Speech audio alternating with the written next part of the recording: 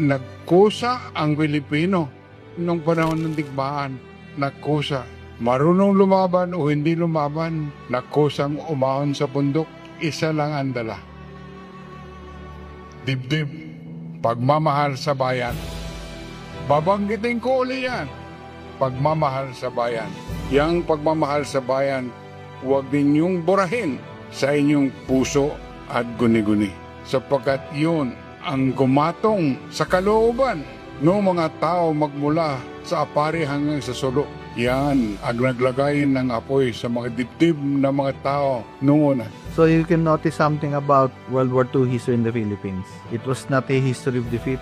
It was a history of victory. Of course, the Bataan Death March. But actually, the sacrifices at Bataan paved the way for a stronger guerrilla resistance force around the country. Those soldiers who refused to surrender entered the resistance, thereby creating one of the strongest underground forces throughout history.